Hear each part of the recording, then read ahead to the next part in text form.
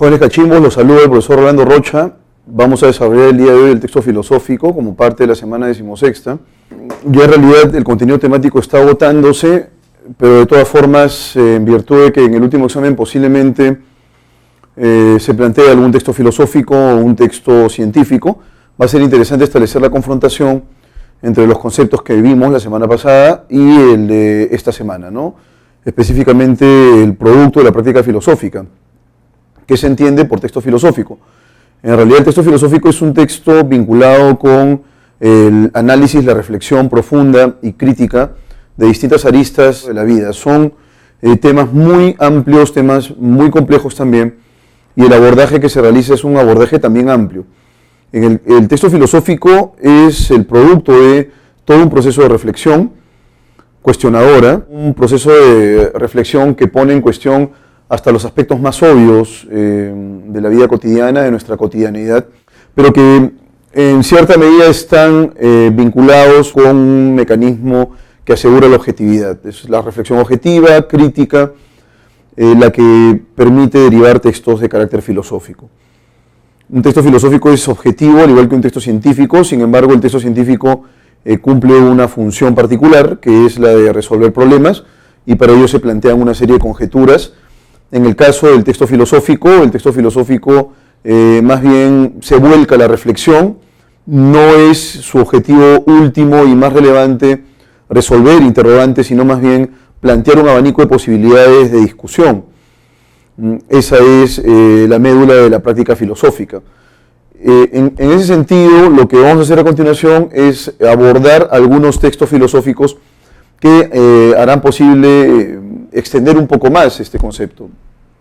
El concepto de filosofía en sí, cuyo sentido original en el mundo griego fue la búsqueda del saber por el saber, pero que ha tenido efectivamente un impacto más amplio que solo la búsqueda del saber por conocer, ¿no? En la actualidad, la filosofía podría tener una serie de aplicaciones interesantes en distintos ámbitos de la vida humana. Pienso yo, por ejemplo, en el ámbito de las profesiones. La formación profesional amerita efectivamente una reflexión filosófica profunda. En el ámbito, por ejemplo, del derecho, de la medicina, de las disciplinas humanísticas, siempre es importante la filosofía porque permite que podamos trascender y superar los escollos que podrían derivarse de nuestras intuiciones particulares, ¿no? Nuestro marco de conocimientos muchas veces es muy intuitivo, está lleno de prejuicios. La filosofía haría posible que nosotros podamos limpiar ese panorama y abordar de manera cuestionadora y profunda cualquier tipo de tópico vinculado con la vida humana, con el conocimiento mismo, entre otros aspectos de nuestra vida que podrían ser interesantes y pasibles de reflexión filosófica. Entonces vamos con los textos de ejemplo, que son 4. Vamos a hacer un abordaje, vamos a explicar si es menester los contenidos del texto y luego realizaremos el abordaje a través de las preguntas de opción múltiple. Bien, jóvenes cachimbos. Entonces tenemos aquí el texto filosófico, tenemos una pequeña definición. La temática es ecuménica en virtud de que son en realidad distintos los tópicos que se abordan: la realidad, el sentido de la existencia, el valor de la libertad, el fundamento de la ciencia.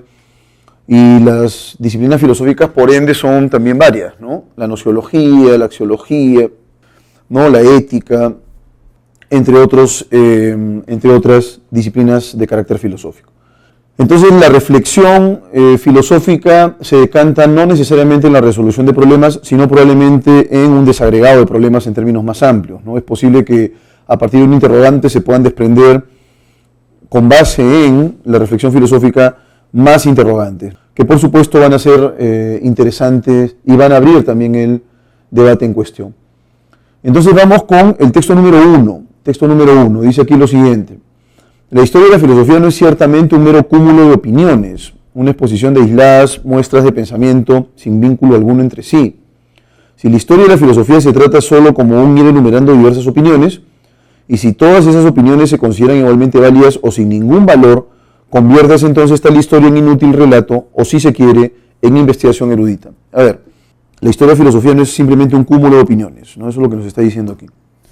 Si no es un cúmulo de opiniones que están aisladas, que están atomizadas, es porque el autor concibe la historia de la filosofía como algo más. Y entonces miren lo que dice aquí.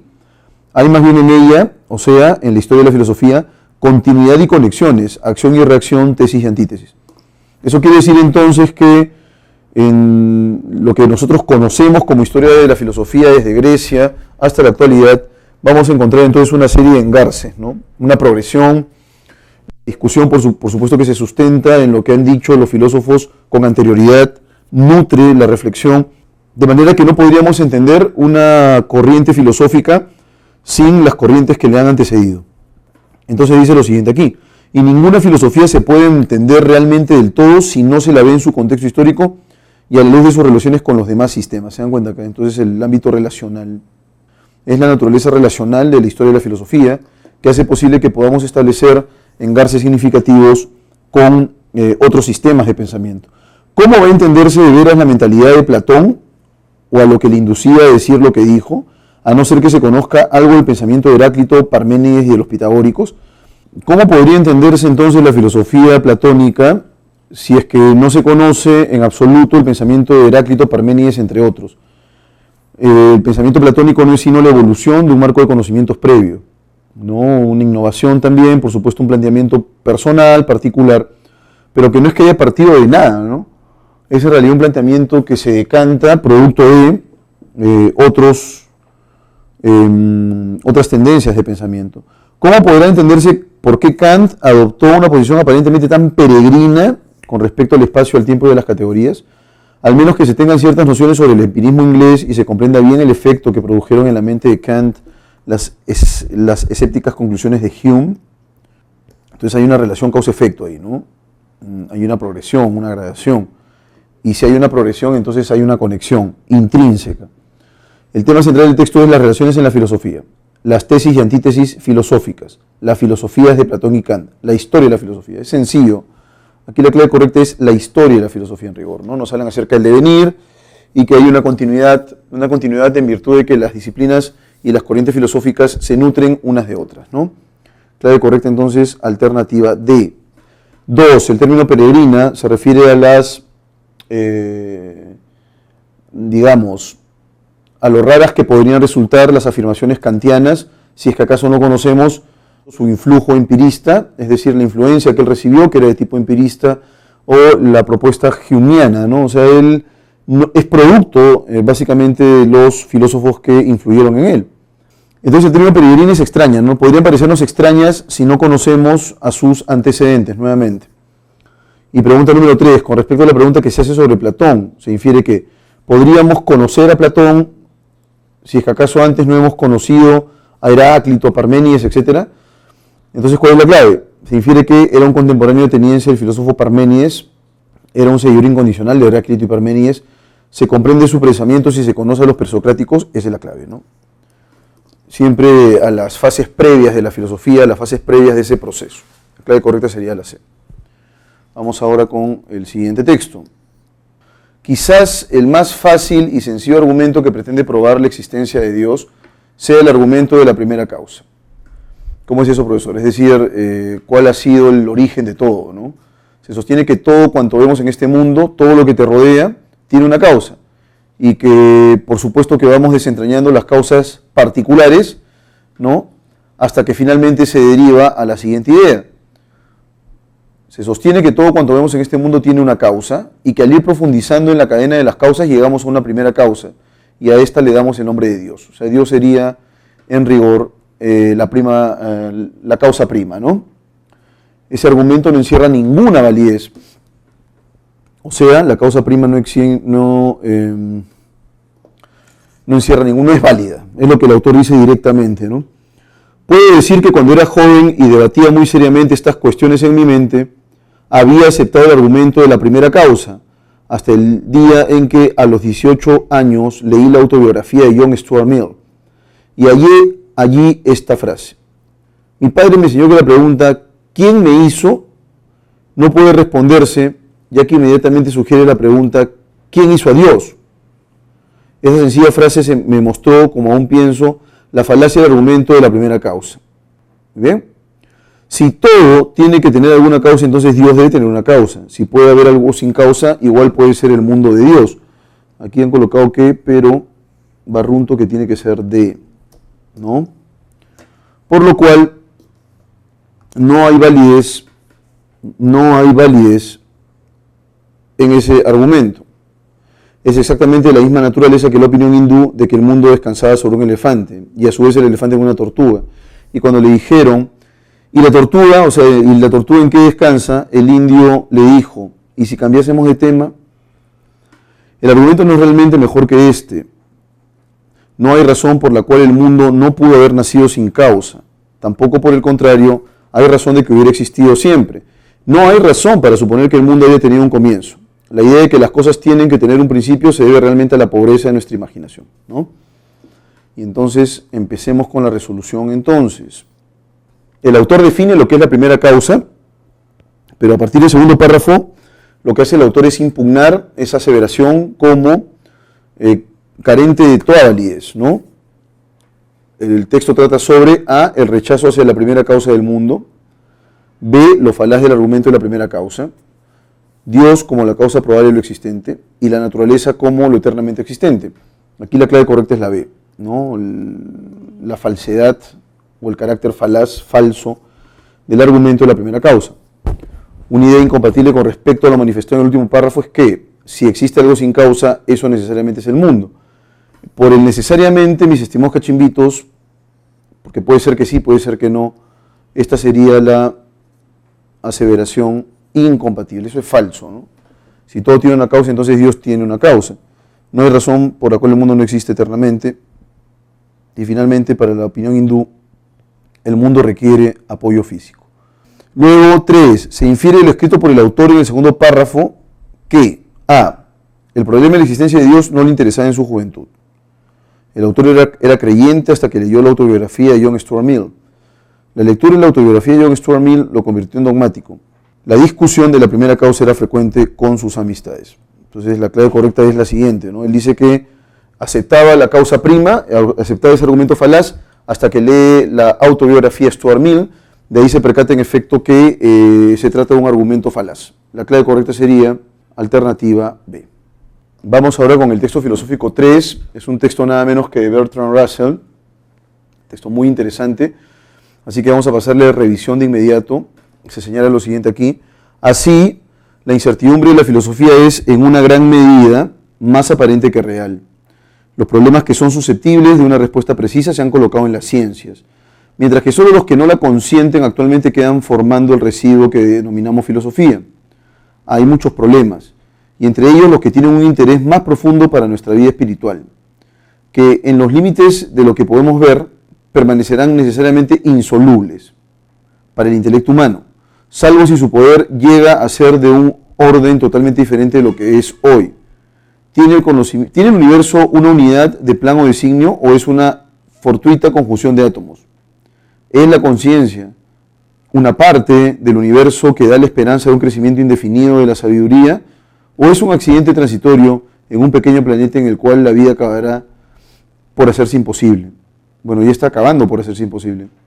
¿El bien y el mal son de alguna importancia para el universo o solamente para el hombre? La filosofía plantea problemas de este género y los diversos filósofos contestan a ellos de diversas maneras. Pero parece que sea o no posible hallarles, por otro lado, una respuesta. Las que propone la filosofía no pueden ser demostradas como verdaderas. Sin embargo, por muy débil que sea la esperanza de una respuesta, es una parte de la tarea de la filosofía continuar la consideración de estos problemas, haciéndonos conscientes de su importancia, examinando todo lo que nos aproxima a ellos y manteniendo vivo este interés especulativo por el universo, que nos expondríamos a matar si nos limitáramos al conocimiento de lo que puede ser establecido mediante un conocimiento definitivo. De hecho, el valor de la filosofía debe ser buscado en una larga medida en su real incertidumbre. No es lo que piensa Bertrand Russell. Continuamos, acá justamente está la parte final. El hombre que no tiene ningún barniz de filosofía, o sea que no ha practicado jamás la filosofía, va por la vida prisionero de los prejuicios que derivan del sentido común, de las creencias habituales en su tiempo y en su país, y de las que se han desarrollado en su espíritu sin la cooperación ni el consentimiento deliberado de su razón. Para este hombre, el mundo tiende a hacerse preciso, definido, obvio, ¿no? los objetos habituales no le suscitan problema alguno y las posibilidades de y las posibilidades no familiares son despreciativamente rechazadas. Desde el momento en que empezamos a filosofar, por el contrario, que aún los objetos más ordinarios conducen a problemas de los cuales solo podemos dar respuestas muy incompletas, la filosofía, aunque incapaz de decirnos con certeza cuál es la evidencia, la verdadera respuesta a las dudas que suscita, es capaz de sugerir diversas posibilidades que amplían nuestros pensamientos y nos liberan de la tiranía de la costumbre, ¿no? No solamente de la tiranía de la costumbre, pienso yo, pero en todo caso nos dice aquí que el hombre que no vive de filosofía, bueno, vive atormentado. Lo que tenemos que buscar ahora es más o menos cuál es la lógica que maneja Bertrand Russell respecto del quehacer filosófico. Y vamos con la primera pregunta. La idea principal del texto gira en torno al papel y real valor de la filosofía como liberador del ser humano, al valor del conocimiento y su división entre ciencia y especulación, a las incertidumbres frente al desconocido y su real valor moralista, a lo extraordinario como fuente de toda certeza práctica y filosófica, ¿no? La clave correcta sería la alternativa A. El papel y el real valor de la filosofía como liberadora del ser humano. El autor estaría de acuerdo en afirmar que la ciencia se ocupa de los residuos de la filosofía. Sin filosofía el hombre es esclavo de la obviedad, de la cotidianidad, de lo que es obvio, ¿no? Eso es obviedad, de lo que es cotidiano. Entonces, ¿cuál sería la clave correcta aquí? La clave correcta sería la alternativa B, ¿no? Un hombre neófito, lego en filosofía, lo más probable es que dé todo por sentado, todo por hecho, y no cuestione en rigor las labores, las prácticas, etc. Pregunta número 3, respecto al tránsito entre lo impreciso y lo definido. Justamente es una de las partes discrepantes con Bertrand Russell, ¿no? Él señala que el conocimiento científico, aunque no lo dice directamente, ¿no? Pero podríamos inferirlo. El conocimiento científico es definitivo, dice ahí, y en realidad en el marco de la epistemología actual no se sostiene el hecho de que una afirmación científica sea una categoría taxativa, ¿no? Entonces la clave correcta entre lo preciso y lo indefinido es: se aprecian las diferencias entre la filosofía y la ciencia, ¿no? Entonces, impreciso la filosofía y lo definitivo, en la lógica de Russell, es el texto científico, un texto científico. Ahora, nos hablan aquí de problemas insolubles, ¿no? Y si son insolubles, entonces son incomprensibles. La clave correcta sería la alternativa D. Si un filósofo pretendiera revisar el conocimiento emitido por la ciencia como definitivo, eso está recontra sencillo. Si el filósofo hiciera eso, es que el filósofo está cumpliendo su función de manera directa, ¿no? Entonces la clave correcta aquí sería la alternativa B. Sería pertinente, pues para la filosofía no existe nada que sea definitivo, ¿no? En el caso de la ciencia tampoco, ¿no? Pero en el marco del texto nos señalan que la ciencia se mueve a través de absolutos, ¿no? Y así llegamos a la palabra fundamental de todo este embrollo: libertad, dice aquí. Los animales no tienen más remedio que ser tal como son y hacer lo que están programados naturalmente para hacer. No se les puede reprochar que lo hagan ni aplaudirles por ello, porque no saben comportarse de otro modo. Tal disposición obligatoria les ahorra sin duda muchos quebraderos de cabeza. En cierta medida, los hombres también estamos programados.